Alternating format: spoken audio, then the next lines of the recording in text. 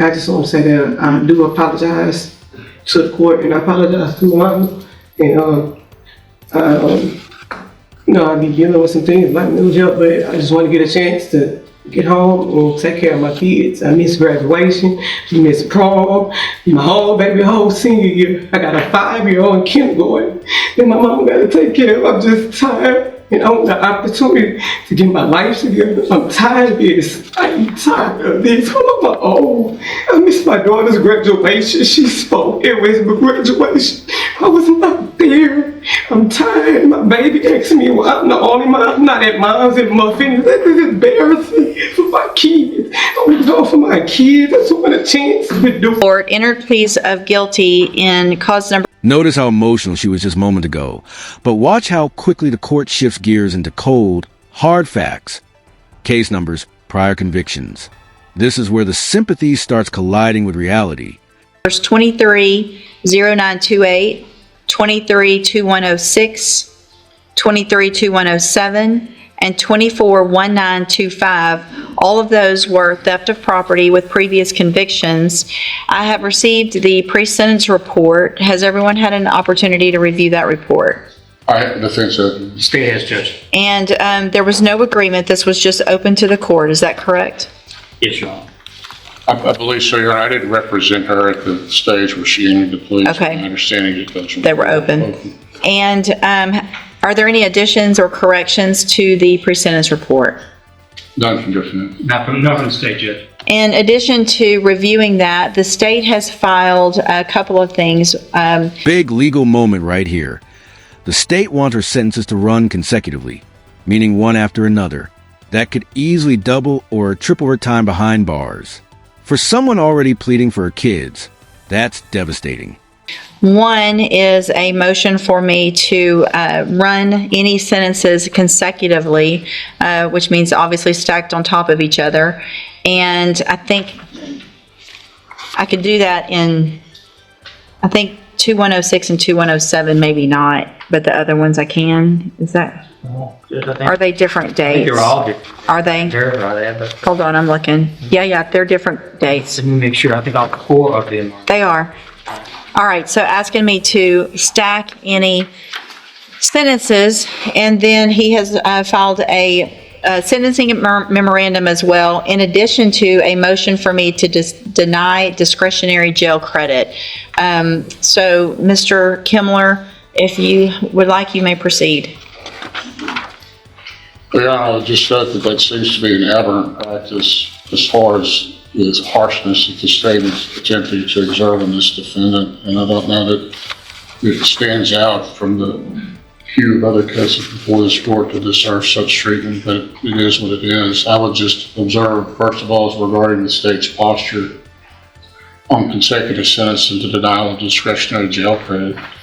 The defense certainly has criminal history, but it's not to such an extent or degree in the circumstances. The individual cases aren't such to the extreme degree that it would warrant accumulation, and certainly the denial of her jail credit is something that is problematic. I don't know exactly which jail credit the state is attempting to deny her, but obviously if she's been in pretrial detention on these cases, it seemed that she would be entitled to that jail credit without much controversy. The grounds the state would be attempting to deny that, I don't know, but of course we would argue that she should receive credit as every other defendant before this court has for the jail time credit that they've done pursuant to these cases. I would note that the pre-sentence report indicates that she does have mental health history dating back to her time in the military, where she was discharged. She had a general discharge, and there was notations there as far as the pre-sentence report that it would involve some health issues. I believe her to be mentally competent. Now, I, of course, wasn't her attorney when she entered the plea, but I would assume that she is mentally competent then as well. Although, as I said, she does have mental health history. I think that plays into her present situation with the theft cases that she has. You would note in the pre-sentence report where it's indicated that the defense leans into mental health.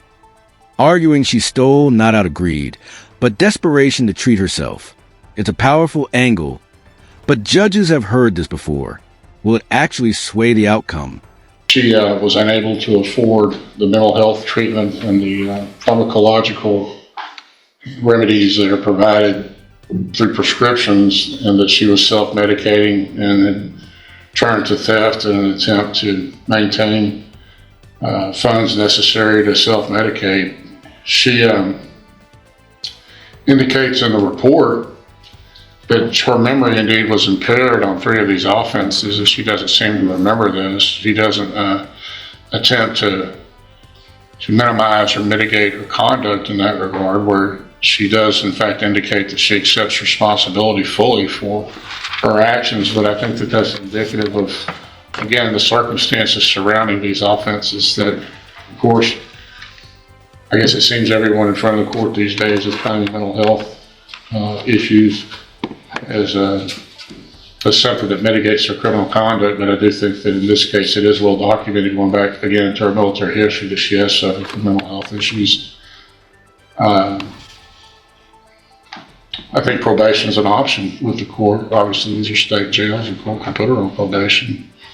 And I know that the pre-sentence report, you can look at that, tends to indicate, doesn't really indicate that they're, while they're not recommending probation for Ms. Riddo, they don't rule it out. Well, let's not talk about probation. Okay. Yeah. All right. I'm sorry, but there is a paragraph where Well, it is an option, but that's not realistic on what's going to happen today. they were mentioning that she'd be assessed for the specialized mental health caseload. I understand that. So just to note that is in the report. Thank you. If the court isn't inclined to consider probation for Ms. Riddo, then certainly I think that while she's serving whatever sentence the court gives her, she'd have the opportunity to try to reflect on her actions and perhaps reassess those, where she is with this. And as far as addressing her mental health issues when she gets out, that she'll be able to do that and maintain her law-abiding lifestyle. She has maintained employment, I think 3 years for the city of Beaumont, if you will. Is that right, Ms. Riddo? She has maintained gainful employment in the past when her mental health is stabilized, and I would anticipate she would be able to do that in the future if she does have the proper mental health regimen. That would be my argument for probation, obviously, but the court's not inclined for that. So we would ask for a sentence, certainly, that would be concurrent, and that she would be given her jail credit, but then something along the lines of 12 months of state jail. Thank you. You want to address the court? Well, I just want to say that I do apologize to the court, and I apologize to mom. And I'll be dealing with some things like no job, but I just want to get a chance to get home and take care of my kids. I miss graduation, I miss prom, my whole senior year. I got a 5-year-old in kindergarten. And here's the crushing blow. 5 probations, all revoked. Think about it, 5 chances, 5 failures. How many times can the court be expected to forgive? And my mama got to take care of. I'm just tired. And I want the opportunity to get my life together. I'm tired of this. I'm tired of this. I'm old. I miss my daughter's graduation. She spoke. It was my graduation. I was not there. I'm tired. My baby asked me why I'm the only mom. I'm not at mom's and muffins. This is embarrassing for my kids. I want to go for my kids. I just want a chance to do right. Mama, thank you. I want to thank you. Sure. So, Ms. Riddo, I understand that you're asking for a chance at probation, but you've had chances at probation, and you've been given these opportunities in the past for any kind of help and treatment and all of those things, and all of those probations were revoked. And The prosecutor doesn't hold back, calling her excuses the greatest hits of courtroom apologies. Brutal but effective. He's painting her not as a victim of circumstance, but as someone repeating the same script for years. you've had 5 felony probations revoked, 2 at one time, 3 at the other time. So I understand that they were kind of clumped together, but still, after those, all for thefts, you're here for There was a robbery that you got some time for in 21, and then you're here now on 4 more theft cases. And so, I mean, it's unfortunate and it's sad for your family, but no one put you here but yourself. Mr. Judge, you Coleman, I know what you're... Yeah, you've essentially hit the things that I want to hit. That in addition to what I put in my sentencing memo, I won't belabor that, Judge. The only thing I would add is she says she's tired of this. I tell you who else is tired of this. It's our local store owners and business owners who are tired of people just walking in and taking what they want from them. She stole from a sporting goods store, from JCPenney, from another clothing store on a couple of occasions. They're tired of it too. They're the same old song. Just different defendant. I apologize, give me another chance, I've got all these issues. In fact, yeah, I go one step further than the same old song. It's the greatest hits, Judge. It's what you hear time and time again. And I'm sure she said it back in 2011 when she got probation, in 2014 when she got probation, in 2017. Just, I apologize, give me another chance, I've got these issues. Judge, if ever there's a case to consider denying her the discretionary jail credit under the Code of Criminal Procedure, this is the case. And it's my understanding with regard to that, I but know it's kind of, it's just Problematic. well, I don't say it's problematic, but I can't give the max and do that. that's my understanding. That's your understanding. Yes, that's it in a nutshell, Judge. And I just say, this is a case for that to be considered. And I also say this is the appropriate case to accumulate her for her sentence, Judge. She needs, in my opinion, some stronger medicine than what she's received in the past in order to impress upon her the fact that she needs to stop engaging in this kind of behavior, Judge. Thanks, that's all I have. Thank you. I would just argue from the standpoint of equal protection as far as the other defendants listed. Well, so here's, speak up so she can hear. I would argue from the standpoint of equal protection of laws, Your Honor, what distinguishes her from the other defendants that have been before this court who are similarly situated with similar criminal histories? Well, here's where, I'm okay, sorry. here's where I am on this. I don't disagree with Mr. Coleman. I appreciate that he's gone out and tried to figure out some stronger things to do on some of these cases where we are stuck with state jail felonies. I've been very frustrated with that in the past. I don't know that this is the one to start with either necessarily, but it's not going to be out of the realm of possibility, depending on someone's criminal history, what their prior sentences were, and I don't fully disagree that this isn't one of them. I'm not going to do that this time, but I do appreciate the thought that went into this and don't necessarily disagree that there's going to be a time that this might happen, including to you if you continue to do what you've been doing for your whole life. Because if you're back in here after today on a theft, I can assure you that Mr. Coleman will remind me what he asked me to do that I didn't do. And I will on that. Do you understand? So if you want to be there for your kids, then you got to figure out something other than stealing. I'm going to find in all of your cases that you entered your pleas of guilty freely and voluntarily. In cause number 23, DCCR 0928, find you guilty of the state jail felony of theft of property. Sentence you to a term of 24 months in the state jail prison. You will receive credit on that sentence. Finally, the verdict. She gets 24 months, with sentences running concurrently.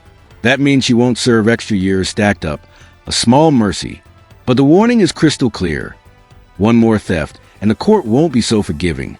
Sentence for any time that you've been in custody that the law gives you the right to receive.